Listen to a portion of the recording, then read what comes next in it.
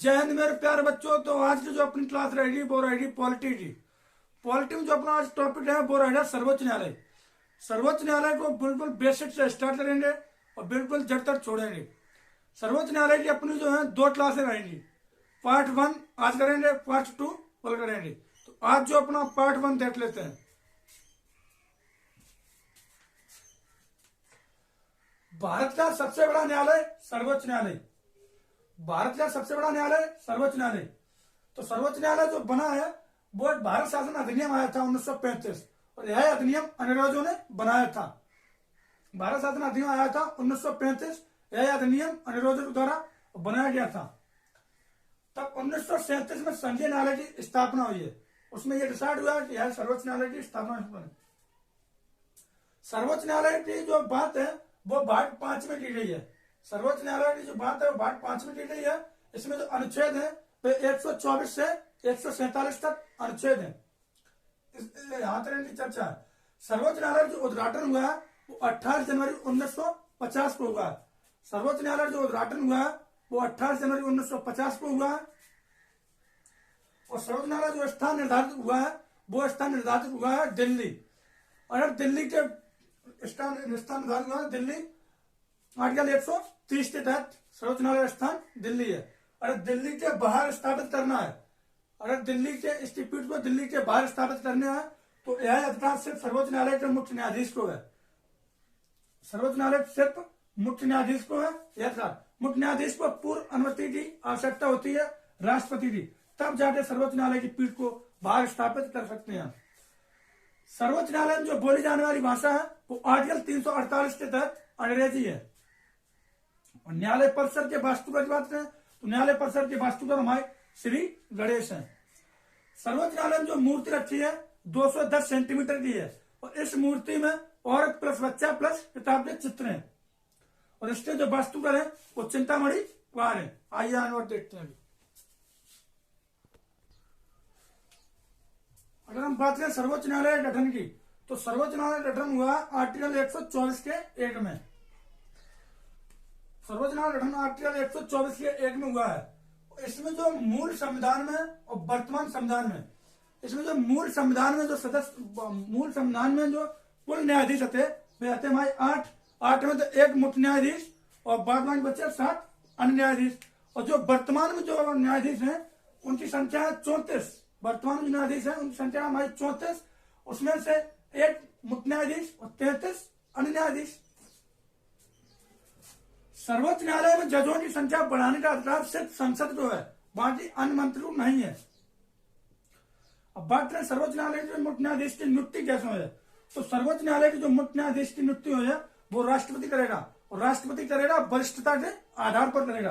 और जो अन्य न्यायाधीश की नियुक्ति करे वो भी राष्ट्रपति करेगा। इसमें हमें इसमें परामर्श चाहिए उसे। इसमें जो परामर्श मिलेगी वो सर्वोच्च न्यायालय के मुख्य न्यायाधीश से मिलेगी। और सर्वोच्च न्यायालय का मुख्य न्यायाधीश जब परामर्श देगा तब जाके 4 वरिष्ठ न्यायाधीश और चुने जाएंगे। सर्वोच्च न्यायालय का मुख्य न्यायाधीश तब जाके और बन जाएंगे। मुख्य न्यायाधीश की नियुक्ति जो करेगा वो राष्ट्रपति करेगा वरिष्ठता के आधार पर। सर्वोच्च न्यायालय का मुख्य न्यायाधीश बनने की योजना क्या होनी चाहिए तो योग्यता पहली बात तो है भारत का नागरिक होना चाहिए और उसे अनुभव होना चाहिए। या तो न्यायाधीश के रूप में कहीं उसने काम किया हो और या तो फिर वकालत करी हो, हाई कोर्ट में 10 साल कहीं वकालत करी हो।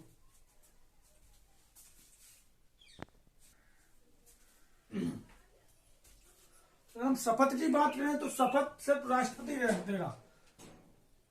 सर्वोच्च न्यायालय के मुख्य न्यायाधीश को शपथ कौन दिलाएगा? राष्ट्रपति दिलाएगा। और जो शपथ का प्रारूप है वो अनुसूची 3 में है। इसमें सर्वोच्च न्यायालय के न्यायाधीश और नियंत्रण मालिका परीक्षक के शपथ का जो प्रारूप है वो अनुसूची 3 में एक समान है। सर्वोच्च न्यायालय के मुख्य न्यायाधीश और नियंत्रण मालिका परीक्षक के शपथ का जो प्रारूप है वो एक समान है। अगर हम बात करें कार्यकाल की तो इसमें बस 65 वर्ष तक कार्य कर सकता है। सर्वोच्च न्यायालय का मुख्य न्यायाधीश सिर्फ 65 वर्ष तक कार्य इसमें कर सकता है। और हम वेतन की बात करें तो वेतन 125 के तहत आर्टिकल 125 में है। वेतन आर्टिकल 125 में है। और इससे जो वेतन प्राप्त होता है वो भारत की संचित निधि से इसे वेतन प्राप्त होता है। अगर हम प्रति माह वेतन की बात करें तो ये जो मुख्य न्यायाधीश होता है इसका वेतन प्रति माह 2,80,000 होता है। जो सर्वोच्च न्यायालय का मुख्य न्यायाधीश का जो वेतन होता है वो 2,80,000 होता है। और जो बाद बाकी अन्य न्यायाधीश होते हैं इनका जो वेतन होता है वो 2.5 लाख होता है, 2,50,000, 2.5 लाख होता है। अगर हम बात करें सर्वोच्च न्यायालय का मुख्य न्यायाधीश का त्याग पत्र देगा तो वो त्याग पत्र देगा राष्ट्रपति को, राष्ट्रपति त्याग पत्र देगा। अगर पद से हटाना हो, अगर ये पद से हटेगा तो आर्टिकल 124 में पद से हटाने की प्रक्रिया है। और पद से हटाने जो आधार आएगा, पद से हटाने जो आधार आएगा वो प्रस्ताव आएगा, वो प्रस्ताव संसद में आएगा। अब पद से कैसे हटेगा ये अभी बताते हैं।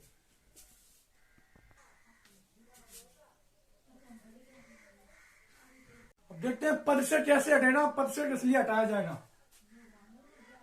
पद से तभी हटाया जाना या तो वह कार्य करने में असमर्थता हो, जैसे किसी भी काम को करने में वह समर्थ नहीं हो, असमर्थता हो, या तो वह शिष्टाचार हो, या कोई काम करता हो वो बेईमानी से कोई काम करता हो। ये पद से तभी हटेगा जब लोकसभा में 100 सदस्यों के हस्ताक्षर हो, जब लोकसभा में 100 सदस्यों के हस्ताक्षर हुए और उसे स्वीकार कौन करेगा, लोकसभा सदस्यों का हस्ताक्षर स्वीकार करेगा लोकसभा अध्यक्ष। और राज्यसभा में 50 सदस्यों का हस्ताक्षर हो तो उसे जो स्वीकार करेगा वो राज्यसभा पति करेगा। अगर स्वीकार कर लिया तो समिति बनेगी, समिति में 3 सदस्य बैठेंगे, एक भारत का मुख्य न्यायाधीश बैठेगा, या वरिष्ठतम न्यायाधीश बैठेगा, या उच्च न्यायालय का न्यायाधीश बैठेगा, या फिर कानून वेत्ता। अगर दोषी है तो मामला संसद में जाएगा, अगर दोषी है तो मामला संसद में जाएगा। संसद के 2 सदन होते हैं, लोकसभा और राज्यसभा। लोकसभा और राज्यसभा में 2/3 बहुमत से पारित होगा और तब जाके इसे हटा दिया जाएगा। अगर निर्दोष है, अगर निर्दोष ठहरा गया तो मामला यही खत्म। तो पार्ट 2 बचा है तो वो पार्ट 2 अगली वीडियो में कर लेंगे।